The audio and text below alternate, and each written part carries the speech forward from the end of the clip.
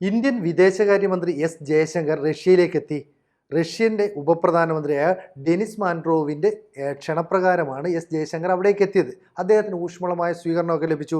വിദേശകാര്യമന്ത്രിയായ Sergey ലാവ്റോവുമായിട്ട് കൂടിക്കാഴ്ച നടത്തി.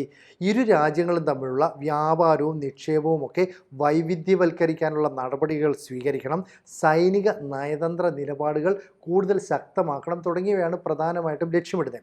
ജയശങ്കർ അവിടെ ചെന്നതിന് ശേഷം റഷ്യയിലെ പണ്ഡിതന്മാരുമായിട്ട് തിങ്ക് ടാങ്കേഴ്സുമായിട്ടൊക്കെ തന്നെ വലിയ ചർച്ച നടത്തി. ഈ ചർച്ചയിൽ പല കാര്യങ്ങളും ഉരുത്തിരിഞ്ഞു വരുന്നു.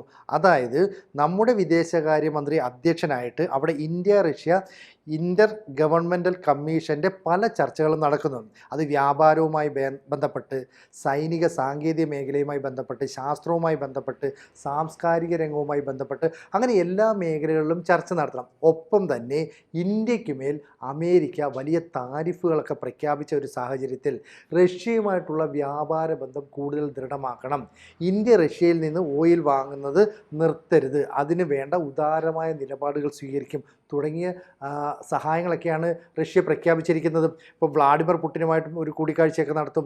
നേരത്തെ നമ്മുടെ സുരക്ഷാ ഉപദേഷ്ടാവായ അജിത് ഡോവൽ റഷ്യയിലേക്ക് പോയിരുന്നു. ഇതിൻ്റെ തുടർച്ചയായിട്ടാണ് എസ് ജയശങ്കർ റഷ്യയിലേക്ക് സന്ദർശനം നടത്തുന്നത്. ഇപ്പോൾ റഷ്യ പറയുന്നത് എന്താണെന്ന് വെച്ചാൽ, മോസ്കോ ഇന്ത്യക്ക് ആവശ്യമായ സാധനങ്ങൾ എന്തൊക്കെയാണോ അതിലേറെ നൽകാനായിട്ട് പ്രതിജ്ഞാബദ്ധമാണെന്ന് പറയുന്നു. അതായത് നമ്മുടെ ഇന്ത്യയുടെ ഊർജ്ജ ആവശ്യങ്ങൾ നിറവേറ്റാൻ വേണ്ടിയിട്ടുള്ള എല്ലാ പിന്തുണയും നൽകുന്നുണ്ട്. അതുപോലെ തന്നെ വ്യാപാരത്തിൻ്റെ ഒരു പശ്ചാത്തലം, വലിയ പ്രതിസന്ധി നേരിടുന്ന പശ്ചാത്തലത്തിൽ ഇന്ത്യയുമായിട്ടുള്ള വ്യാപാര ബന്ധം കൂടുതൽ ഊഷ്മളമാക്കാനായിട്ടും സഹായിക്കുന്നുണ്ട്. എന്തിന്? റഷ്യയിൽ നിന്ന് LNG കയറ്റുമതി ചെയ്യാനുള്ള സാധ്യത പോലും ഇപ്പോൾ നമ്മൾ തേടുകയാണ്. അപ്പം അസംസ്കൃത എണ്ണ നൽകുന്ന കാര്യത്തിൽ യാതൊരു കുറവും വരുത്തില്ല എന്നും റഷ്യ നമുക്ക് ഉറപ്പ് നൽകും. അപ്പോൾ ഇന്ത്യയുമായിട്ട് റഷ്യയ്ക്കുള്ള ബന്ധം കൂടുതൽ ദൃഢമാക്കണമെന്ന് വ്ളാഡിമിർ പുടിനും ആഗ്രഹിക്കുന്നുണ്ട്. അതുകൊണ്ട് തന്നെ അവരുടെ Su-57, S-500 തുടങ്ങിയ വ്യോമ പ്രതിരോധ സംവിധാനം ഉൾപ്പെടെ ഇന്ത്യക്ക് നൽകാനായിട്ട് റഷ്യ സജ്ജമായിക്കൊണ്ടിരിക്കുകയാണ്. അതായത് റഷ്യൻ വെപ്പൺസ് ഒക്കെ തന്നെ ഇന്ത്യക്ക് വേണ്ടി നല്ല പ്രകടനം കാഴ്ചവെച്ചിരുന്നു.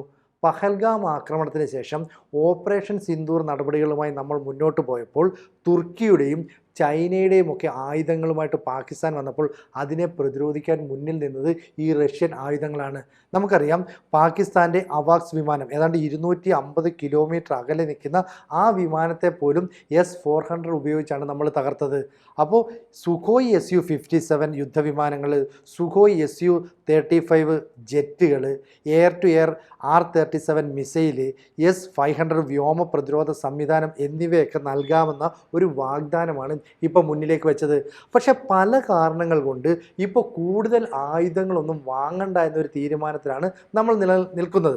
അതിന് ഒരു കാരണം എന്ന് പറയുന്നത്, നമ്മൾ ഈ മേക്ക് ഇൻ ഇന്ത്യ പദ്ധതി, അതുപോലെ തന്നെ ആത്മനിർഭർ ഭാരത് പദ്ധതി തുടങ്ങിയവയിലൂടെ തദ്ദേശീയമായിട്ട് ആയുധങ്ങൾ കൂടുതലായിട്ട് നിർമ്മിക്കണം.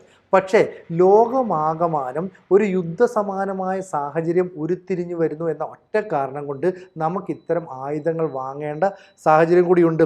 ഇപ്പോൾ നമുക്കറിയില്ല, ഫ്ലാഗ്ഷിപ്പ് സ്റ്റെൽത്ത് വിമാനം Su-57, ദീർഘദൂര R-37 മിസൈല്, ഇതൊക്കെ തന്നെ ഇന്ത്യക്ക് വളരെ ആവശ്യമാണെന്ന് ഇന്ത്യക്കാർ മാത്രമല്ല റഷ്യയിലുള്ള ഈ പ്രതിരോധ വിദഗ്ധരും പറയുന്നുണ്ട്.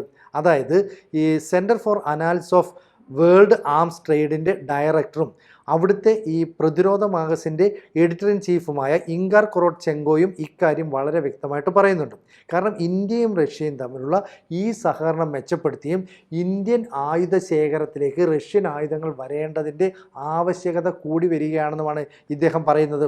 അപ്പം S-400 എന്ന് പറയുന്ന മിസൈലിൻ്റെ വ്യോമ പ്രതിരോധ സംവിധാനത്തിൻ്റെ ഒരു അപ്ഡേഷൻ നമുക്ക് ആവശ്യമാണ്.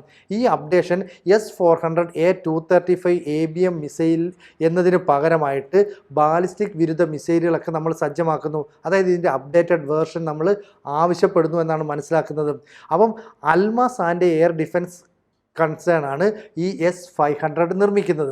ഈ S-500 എന്ന് പറയുന്നത് ഇന്ന് ലോകത്ത് വെച്ച് ഏറ്റവും മികച്ച വ്യോമ പ്രതിരോധ സംവിധാനമാണ്.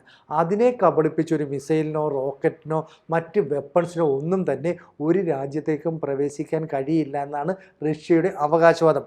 ഇതാണ് നമുക്ക് തരാൻ തയ്യാറാണെന്ന് വ്ളാഡിമിർ പുടിൻ പറയുന്നത്. അപ്പം ഈ വർഷം അവസാനത്തോടെ പുടിൻ ഇന്ത്യയെ സന്ദർശിക്കാനായിട്ടെത്തും. മോദിയുമായിട്ടൊരു കൂടിക്കാഴ്ചയുണ്ട്. ഇതിനിടയ്ക്ക് ഷാങ്ഹായ് ഉച്ചകോടി നടക്കുന്നുണ്ട് ഓഗസ്റ്റ് 31 സെപ്റ്റംബർ 1 തീയതികളിൽ. ഈ സമയത്ത് വ്ളാഡിമിർ പുടിനും അതുപോലെ തന്നെ ചൈനീസ് പ്രസിഡന്റ് ഷീ ജിൻ പിങ്ങും അതുപോലെ തന്നെ ഇന്ത്യൻ പ്രധാനമന്ത്രി നരേന്ദ്രമോദിയും തമ്മിലൊരു കൂടിക്കാഴ്ച നടക്കുന്നു. ഈ ഉഭയകക്ഷി ചർച്ച ഇന്ത്യക്ക് ഗുണകരമാകുന്ന കാര്യത്തിലും നമുക്ക് വലിയ സംശയമൊന്നും വേണ്ട. എന്തായാലും S-500 ഏറ്റവും പുതിയ ഹൈപ്പർസോണിക് ആയുധങ്ങളെ തടയാൻ കഴിയുന്ന വ്യോമ പ്രതിരോധ സംവിധാനം നമ്മളും തയ്യാറാക്കി വരുന്നുണ്ട്. അതിന് റഷ്യൻ ടെക്നോളജി അവർ തയ്യാറാണ്. ഇതാണ് നമ്മുടെ ഏറ്റവും വലിയ പ്രത്യേകത. കാരണം F-35 എന്ന് പറയുന്ന യുദ്ധവിമാനം അമേരിക്ക നൽകാമെന്ന് പറഞ്ഞപ്പോഴും നമ്മൾ അതിനോട് പോസിറ്റീവായിട്ട് റിയാക്ട് ചെയ്തില്ല. Su-57 എന്ന് പറയുന്ന റഷ്യൻ യുദ്ധവിമാനത്തോടാണ് നമുക്ക് താല്പര്യമുണ്ടായിരുന്നത്. എന്തായാലും ഇത്തരം യുദ്ധവിമാനങ്ങൾ വ്യോമ പ്രതിരോധ സംവിധാനങ്ങളെല്ലാം തന്നെ പരീക്ഷണം നടത്തി കഴിവ് തെളിയിക്കുകയും ചെയ്തതാണ്. അതുകൊണ്ട് തന്നെ സ്റ്റെൽത്ത് സാങ്കേതിക വിദ്യ ഉപയോഗിച്ച് നിർമ്മിച്ച റഷ്യയുടെ ആദ്യത്തെ വിമാനമെന്നറിയപ്പെടുന്ന Su-57 അത് നമുക്ക് തരാനായിട്ട് സഹായിക്കുന്നു. ഇത് വ്യോമ മാർഗം മാത്രമുള്ള ആക്രമണത്തിനല്ല, കടൽ മാർഗത്തിലൂടെ ആക്രമണത്തിനും വിന്യസിക്കാൻ കഴിയുമെന്നാണ് ഇതിൻ്റെ ഏറ്റവും വലിയ സവിശേഷത. എന്തായാലും നമ്മൾ ഇപ്പോൾ റഷ്യയുമായിട്ടുള്ള വ്യാപാര ബന്ധങ്ങൾ മെച്ചപ്പെടുത്താനുള്ള ചില ചർച്ചകളാണ് നടന്നുകൊണ്ടിരിക്കുന്നത്. കഴിഞ്ഞ 4 വർഷത്തിനുള്ളിൽ ഇരു രാജ്യങ്ങളും തമ്മിലുള്ള ചരക്ക് വ്യാപാരത്തിൽ 5 ഇരട്ടിയിലധികം വർധനവുണ്ടായി എന്നാണ് കണക്കാക്കപ്പെടുന്നത്. ഇതുകൂടാതെ താരിഫ് നോൺ താരിഫ് പ്രശ്നങ്ങളൊക്കെ പരിഹരിക്കാനും അതുപോലെ തന്നെ ലോജിസ്റ്റിക്സിലെ തടസ്സം നീക്കാനുമായിട്ട് ഇരു രാജ്യങ്ങളും തീരുമാനമെടുത്തു. ഇതുകൂടാതെ അന്താരാഷ്ട്ര വടക്ക് തെക്ക് ഇടനാഴി, വടക്കൻ കടൽപ്പാത, അതുപോലെ തന്നെ ചെന്നൈ വ്ളാഡിവോസ്റ്റോക്ക് ഇടനാഴി ഇവയെല്ലാം തന്നെ നിർമ്മാണ പ്രവർത്തനങ്ങൾ പൂർത്തീകരിക്കാനായിട്ട് തീരുമാനിച്ചു. അപ്പോൾ വ്ളാഡിമിർ പുടിൻ കൃത്യമായിട്ട് ഒരു നിർദ്ദേശം മുന്നോട്ട് വെക്കുന്നു. ഇന്ത്യൻ പ്രധാനമന്ത്രി നരേന്ദ്രമോദി അത് ഇരു കൈയും നീട്ടി സ്വീകരിക്കുന്നു. ഇങ്ങനെ ഒരു നീക്കം നടത്തുന്നത് എന്താണെന്ന് വെച്ചാൽ ഈ ലോകരാജ്യങ്ങൾക്കിടയിൽ ചേരികൾ രൂപപ്പെടുമ്പോൾ റഷ്യയും ഇന്ത്യയും ചൈനയും അടങ്ങുന്ന അല്ലെങ്കിൽ ഈ പറയുന്ന ബ്രിക്സിലെ കൂട്ടായ്മകളായ സൗത്ത് ആഫ്രിക്കയും ഒപ്പം തന്നെ ബ്രസീലും കൂടി ഇപ്പുറത്ത് നിൽക്കുമ്പോൾ ഒരു പക്ഷേ അമേരിക്കയ്ക്ക് യൂറോപ്യൻ രാജ്യങ്ങൾക്കത് വലിയ ഭീഷണിയായിട്ട് മാറുമെന്ന കാര്യത്തിൽ സംശയം വേണ്ട. എന്തായാലും നമ്മുടെ വ്യാപാര മേഖലയുടെ വൈവിധ്യവൽക്കരണത്തിനുള്ള നടപടികളുമായിട്ട് മുന്നോട്ട് പോകാനായിട്ട് തീരുമാനിക്കുന്നുണ്ട്. ഒരു പ്രൊഫഷണൽ സമീപനം നമ്മൾ ഇതുമായി ബന്ധപ്പെട്ട് കൈകാര്യം ചെയ്യും. ഈ പുടിനും മോഡിയും തമ്മിൽ ഈ ഉക്രൈൻ യുദ്ധം അല്ലെങ്കിൽ ഉക്രൈനുമായി ബന്ധപ്പെട്ട പ്രശ്നവുമായി ചർച്ച നടത്തുന്നതിൻ്റെ കാര്യങ്ങളൊക്കെ തന്നെ നമ്മളെ വിളിച്ചു പറയുന്നു. ഏതാണ്ട് സമീപ ആഴ്ചയിൽ 2 തവണ പുടിനും മോദിയും തമ്മിൽ ഇക്കാര്യങ്ങൾ ചർച്ച ചെയ്തു എന്ന് പറയുമ്പോൾ റഷ്യ നമുക്ക് എത്രത്തോളം പരിഗണന തരുന്നു എന്നുള്ളത് നമുക്ക് ഉൾക്കൊള്ളാൻ കഴിയും. എന്തായാലും ഇന്ത്യയുടെ വിദേശകാര്യമന്ത്രി S ജയശങ്കർ റഷ്യയിലേക്ക് പോയത് വളരെ നിസ്സാരമായി കാണാൻ കഴിയില്ല.